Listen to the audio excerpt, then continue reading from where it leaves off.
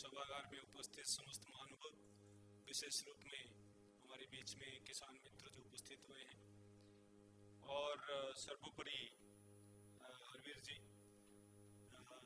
मैं तो आभार व्यक्त करना चाहूँगा हरवीर जी का कि पिछले साल भी इस तरह के कार्यक्रम में हमें शामिल किए थे और टेक्नोलॉजी संबंधित चर्चा भी हुआ था, और इस बार भी उन्होंने मौका दिए हैं। आपको बहुत बहुत धन्यवाद। और विशेष रूप में जैसे बताया गया, आज किसान दिवस के अवसर पर हम सबको एकत्रित कराने का ये जो प्रयास हरवीर जी के द्वारा किया गया है, उसके लिए वो जितना बोले आभार व्यक्त करें कम है। और उनका प्रयास जो चल रहा है रूरल वॉइस की तरफ से, वो एक बहुत ही अनकॉमन यूनिक एक्टिविटी है, और उसके लिए भी ढेर सारा बधाई हरवीर जी। और हमारे हमसे पहले बाकी जो पैनलिस्ट बहुत सारे विषय पर बात किए हैं, और हरीश जी एक दो तीन बिंदु हमारे सामने रखे हैं जिसके ऊपर चर्चा करना है। और मुख्य बिंदु ये है कि सम्माननीय मंत्री उपस्थित हैं और सब जानते हैं किसान का क्या समस्या है, कहाँ क्या करने से इनकम में बढ़ोतरी हो सकता है, और लागत कम करना और उत्पादकता बढ़ाना, ये दोनों करने से किसान का आय में बढ़ोतरी किया जा सकता है। ये तो सच है, और बहुत सारे पहलुओं पर आलोकपात किया गया है, और मैं संक्षिप्त में दो तीन बात कर समाप्त करूंगा, क्योंकि अंतिम सेशन के लिए सम्माननीय मंत्री भी आ चुके हैं और आप सब लोग भी इंतजार कर रहे हैं।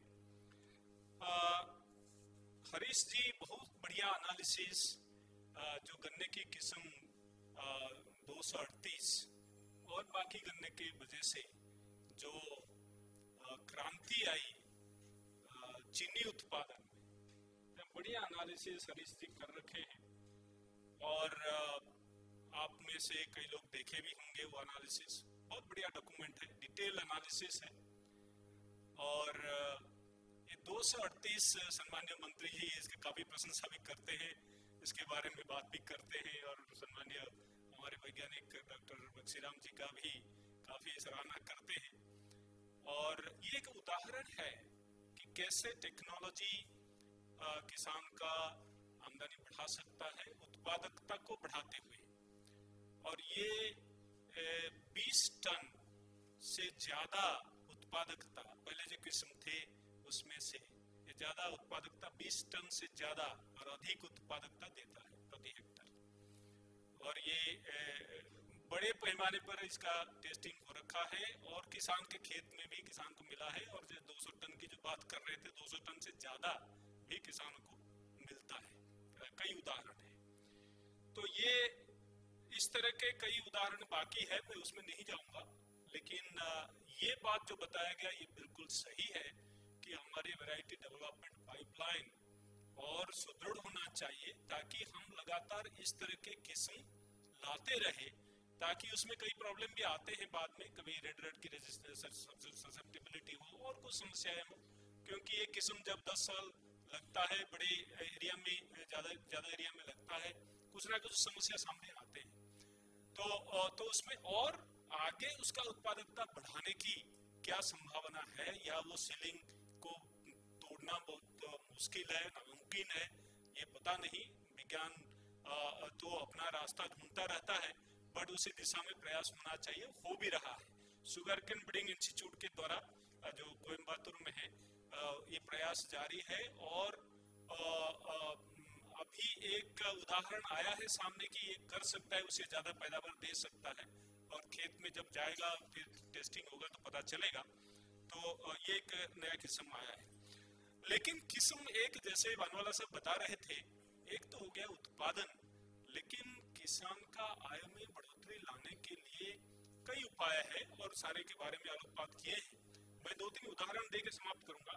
एक तो हम 3 दिन पहले हिमाचल प्रदेश में थे, किसान के खेत में। और चंबा और कांगड़ा, ये दो जिला में हम गए थे। एक चंबा में हम जहाँ गए थे, वहाँ एक किसान समूह, किसान एकत्रित होकर एक खेती करते हैं जंगली गेंदा का। जंगली गेंदा जो है वो ऐसे ही फेंक दिया जाता था क्योंकि उसका कोई वैल्यू नहीं था और जानकारी भी नहीं था। पता चला कि उसका जो तेल है, जो फूल से निकालते हैं, वो तेल का कीमत काफी ज्यादा है और उसका खेती किया जा सकता है। कुछ टेक्नोलॉजी भी उपलब्ध थे और एक प्रोग्रेसिव किसान पहले दिल्ली आए, दिल्ली में नौकरी करने की कोशिश किए और 10-15 हजार कहीं इधर उधर नौकरी कर रहे थे। 15,000, 12 से 15,000 रुपया मंथली उनको मिलता था, तो परेशान थे, रहने के लिए भी परेशानी थी, तो वापस चले गए। जाके इसके बारे में सोचे और नए नए किस्म इधर उधर से कलेक्ट किए, करके किसान के खेत में लगाने कोशिश के, एकत्रित करके एक समूह बना के 160-65 किसानों को एकत्रित करते हुए। वहां तो खेत बहुत छोटा है और पहाड़ी इलाका है, स्लोपी लैंड है, और वहां जंगली गेंदा का उत्पादन शुरू किए। तो उत्पादन शुरू किए और एक डिस्टिलेशन प्लांट भी लगाया गया संस्थान की तरफ से, वैज्ञानिकों की मदद से, और उसमें से जो तेल निकला उसको 5,000-6,000 रुपया में बेचते थे। अब वहां कंपटीशन शुरू हो गया। जो इंडस्ट्री तेल लेते थे उसमें उनमें कंपटीशन शुरू हो गया। अब वो प्रति किलो तेल 15,000 रुपया में बिक रहे, 12 से 15,000 रुपया। और जो किसान को कुछ नहीं मिलता था, क्योंकि पहले मक्का उगाते थे वहां और बाद में साग सब्जी, कुछ वेजिटेबल्स उगाने लगे, लेकिन बंदरों का ऐसे दबाव वहां जारी रहा कि उनमें से कुछ नहीं मिलता था। तो जहां कुछ नहीं मिलता था वहां उनको 6 महीने में करीब 60,000-70,000 रुपया कई किसानों को मिला, डिपेंडिंग ऑन जमीन का साइज क्या है। तो जो जिसका छोटा सा जमीन है, टुकड़ा है, तो उसको 15,000-20,000 रुपया मिल रहा है, और जिनका थोड़ा बड़ा जमीन है उनको 60-70,000 रुपया 6 महीने में मिल जाता है। मेरे कहने का मतलब ये है, इसका जो इन्फ्लुएंस इसमें से हमें जो मिलता है, सीख मिलता है, ये है कि खाली हम अगर जो परंपरागत जो खेती हम करते आए हैं और जो फसलें उगाते हैं उनमें से उतना हमें फायदा नहीं मिलेगा, इनकम में बढ़ोतरी नहीं होगी। लेकिन जब हम इस तरह के फसल चुनेंगे जिसका बाजार है और बाजार में ज्यादा भाव मिलता है और लेने वाला है, कोई अगर लेने वाला नहीं होगा उसमें ही परेशानी है, और शुरू से में परेशानी थी।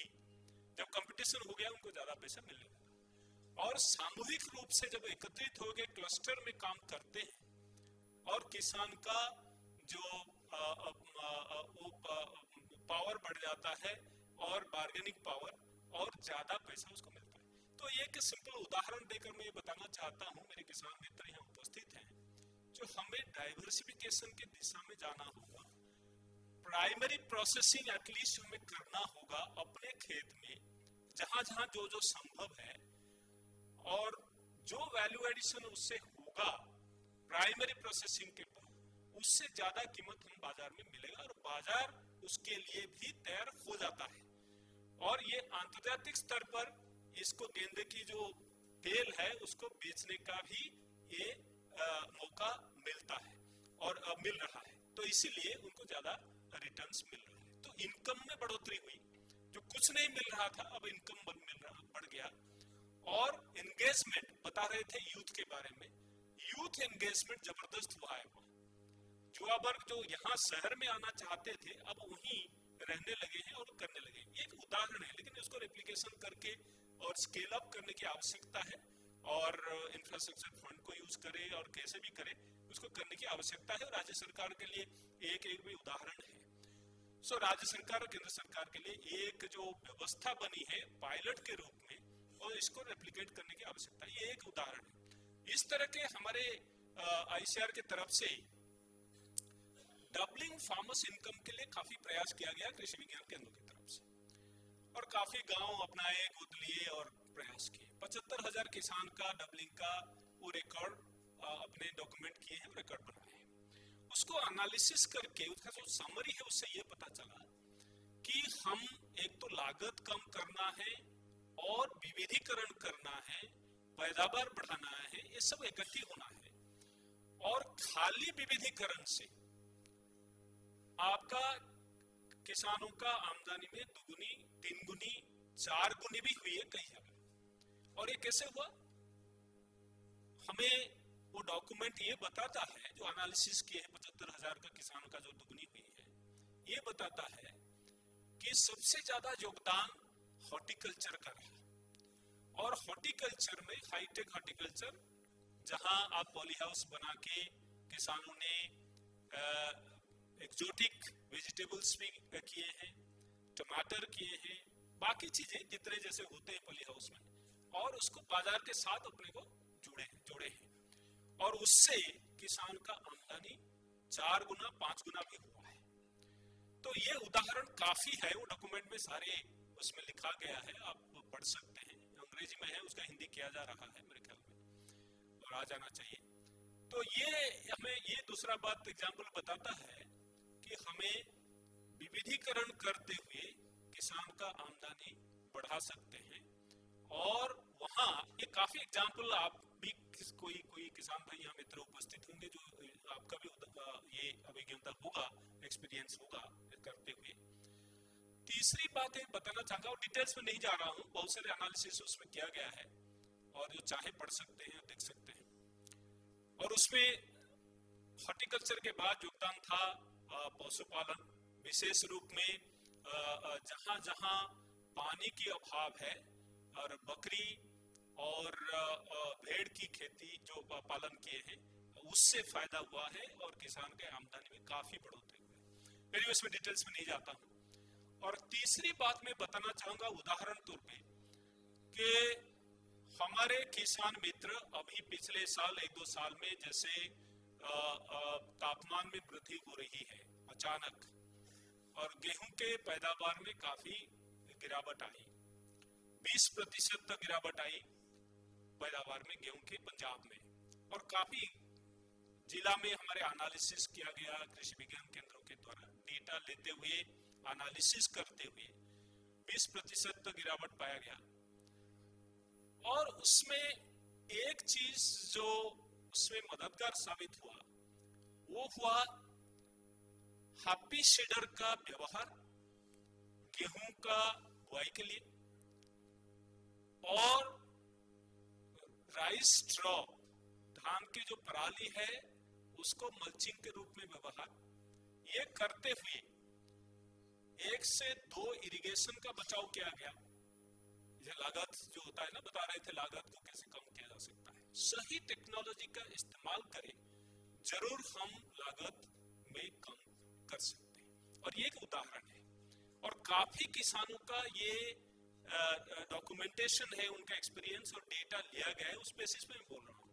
आप बोलेंगे किसान के पास आए नहीं है, किसान के पास जाकर उनसे बात करके उनके खेत से डेटा लेके ये सब हिसाब एनालिसिस किया गया है, उसे डॉक्यूमेंट भी है। और कम से कम एक इरिगेशन की बचत है, पानी कम लगा तो खर्च कम हुआ। आपकी बिजली फ्री है तो पानी आप ऐसे दे सकते हैं, लेकिन अंडरग्राउंड वाटर जब विड्रॉ करते हैं उसमें बाकी सारी समस्याएं हैं। दूसरी बात यह है कि पैदावार तो बराबर रहा जब हैप्पी सीडर से सोइंग होता है, अब राइस स्ट्रॉ जब ऐसे ही पड़ा रहता है खेत में।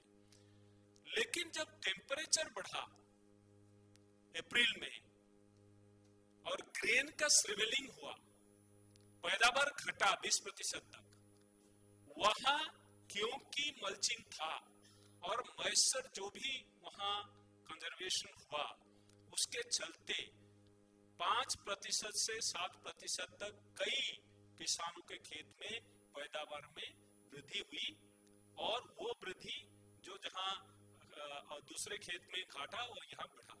तो ये मेरा बताने का ये उद्देश्य यही था कि हैप्पी सीडर का व्यवहार से पराली जलाना तो कम हुआ, बाकी बाद में किसान कितना माने नहीं माने वो अलग बात है, कम हुआ, पैदावार बढ़ा और इरिगेशन एक कम से कम उसका बचत हुआ।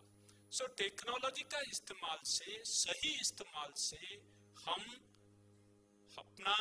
अपना इनकम में बढ़ोतरी ला सकते हैं, और परिवेश का जो सेहत है, परिवेश को ध्यान में रखते हुए उसका हेल्थ को मैनेज करते हुए हम पैदावार बढ़ा सकते हैं, इनकम बढ़ा सकते हैं। और ये जो सामूहिक रूप से खेती करने से हमारी बार्गेनिंग पावर बढ़ता है, तो इसीलिए हमें क्लस्टर अप्रोच से वो फार्मर प्रोड्यूसर ऑर्गेनाइजेशन की बात हमारे बनवाल साहब बता रहे थे कि ये हमारे सरकार के द्वारा ये जो व्यवस्था बनाया गया है उसको पूरा फायदा उठाना चाहिए, और काफी किसान उठा भी रहे हैं। और बाकी जितने टेक्नोलॉजी की बात किए गए हैं, और बहुत सारे टेक्नोलॉजी है, डिजिटल टेक्नोलॉजी खास करके जो आजकल जैसे ड्रोन की बात किया जा रहा है, और सम्माननीय प्रधानमंत्री जी लॉन्च भी गए किसान ड्रोन, और ज्यादा से ज्यादा किसान आगे आकर इसको अगर इस्तेमाल करें, इससे बहुत सारे फायदा है। उसमें मैं ज्यादा नहीं जाऊंगा समय कमी के कारण, बट टेक्नोलॉजी का इस्तेमाल करना हमें बहुत जरूरी है। और इतना ही बोलकर मैं समाप्त करूंगा। आपको बहुत बहुत धन्यवाद, और हरवीर जी आपको बहुत सारे धन्यवाद, बहुत ये सारी व्यवस्था करने में और किसान के साथ खड़े होने में, किसान के पास जाने में। अभी जैसे मैं हिमाचल प्रदेश में किसान के पास था, 100-150 किसान जो उससे से जुड़े हुए हैं, साथ थे, बात कर रहे थे। इतने किसान उत्साहित होते हैं वो देखकर उदाहरण कि हम इस तरह का कर सकते हैं। और इसी तरह का पॉली हाउस में कार्नेशन और जरबेरा उगा रहे थे दूसरे किसान जो हम कांगड़ा जिला में देखे, और उनका एक समस्या था कि रेफर वैन नहीं था, जब वहां से दिल्ली भेजते थे वो खराब हो जाता था, और वही एक छोटा सा गैप जो भर दिया गया उससे उनको फायदा होने लगा। इस तरह के बहुत सारे उदाहरण है, और मैं समझता हूँ ये सारे उदाहरण रूरल वॉइस की तरफ से आपके पास पहुंच रहा है, उसका पूरा फायदा उठाते हुए